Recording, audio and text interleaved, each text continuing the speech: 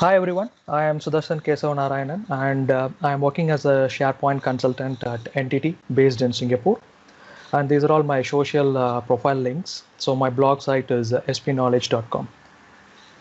So today we will see about App Insights dashboard where we will fetch all the records. We will fetch the records from Azure Application Insights via REST API, and then we'll display in a neat dashboard kind of thing in the SharePoint web part using SharePoint framework. So the main features are data fetched directly from Azure Application Insights using REST API. So we are not storing any data as an intermediate in a SharePoint list or document libraries. So the other feature is there are three statistics report which I have developed in this web part. One is page view, user statistics, and then the performance statistics. And there are a couple of filters provided, which is time span, time interval, and the date range. So you can select based on the date range, time span, and time interval.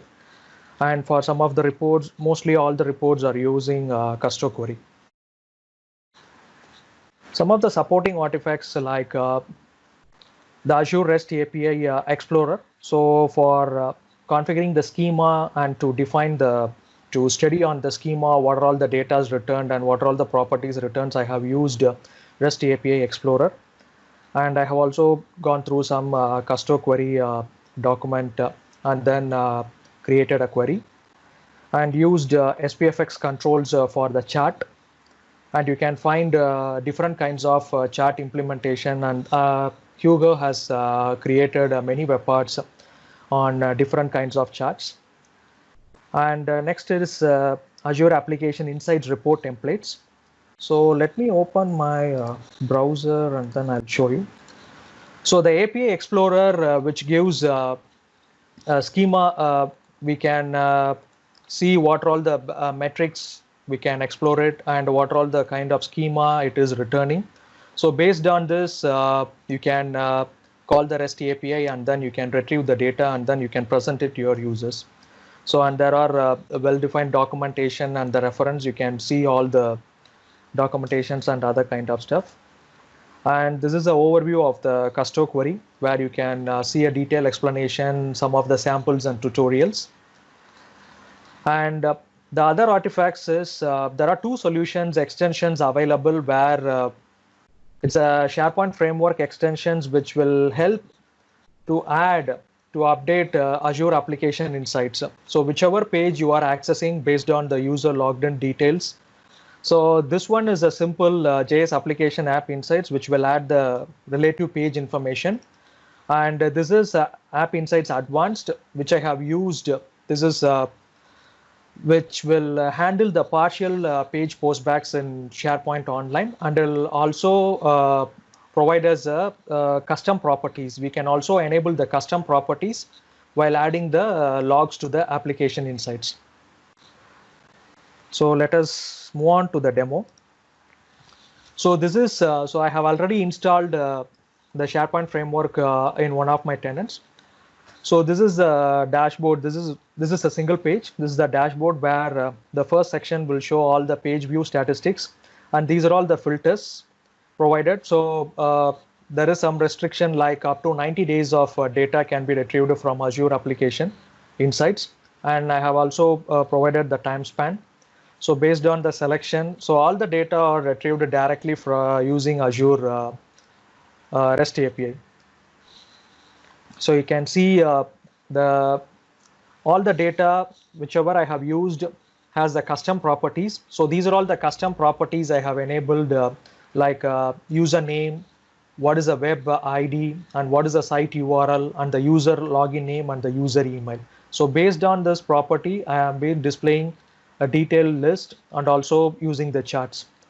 So, and this is user statistics. So here you can see the user, which page they have logged in, and what is the view count. And next is the performance statistics, where you can categorize based on the percentile duration of whatever the pages. And there are also a couple of date range filters. You can access it.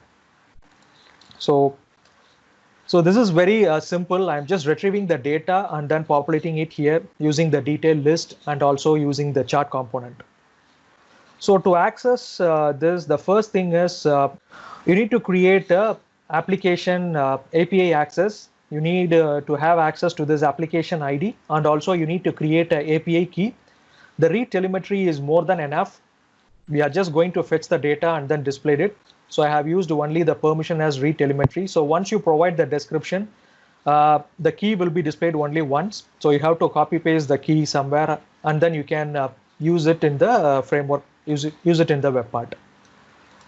And regarding one of the artifacts I'm talking about, this is the template. So we have already predefined a few of the templates which are already in Azure. So you can use this template. For example, if you want to search for active users, who are all the active users currently, you can use this template, and then and you can see all the details. So how to use these details in the SharePoint framework? You need the custom query.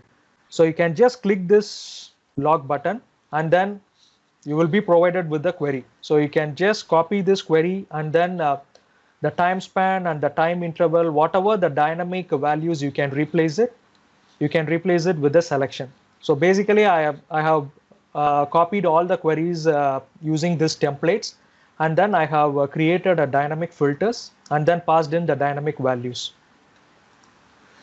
So some of the custom properties I have implemented is user email, user login name, user title, web absolute URL. So this is to show how we can capture based on the user what all the pages they have logged in. So this is to show that we can log it using the custom properties also. So far this is the demo. So let us focus on the code. So I have created a code tour to demo the code. So the first thing is there are two properties for this web part. One is application ID, and then the app key. So these are all the two properties which we will use to communicate to the Azure App Insights.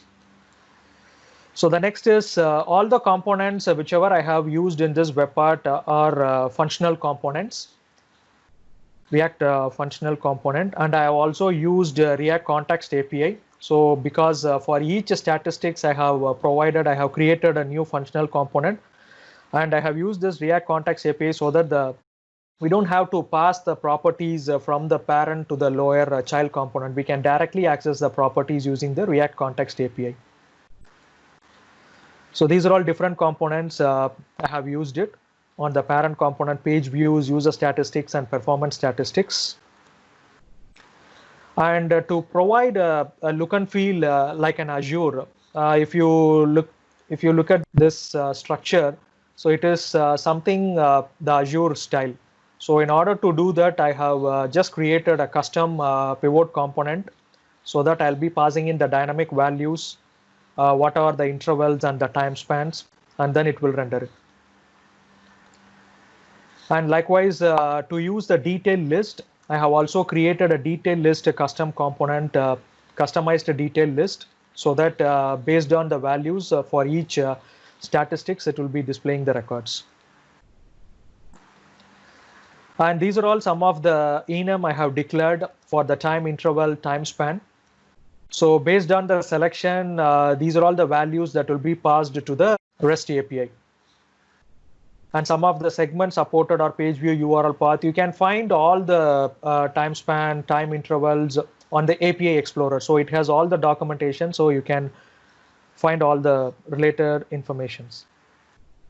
So the next is usually I'll be using the helper file where all the transaction calls, everything has to be in the helper file.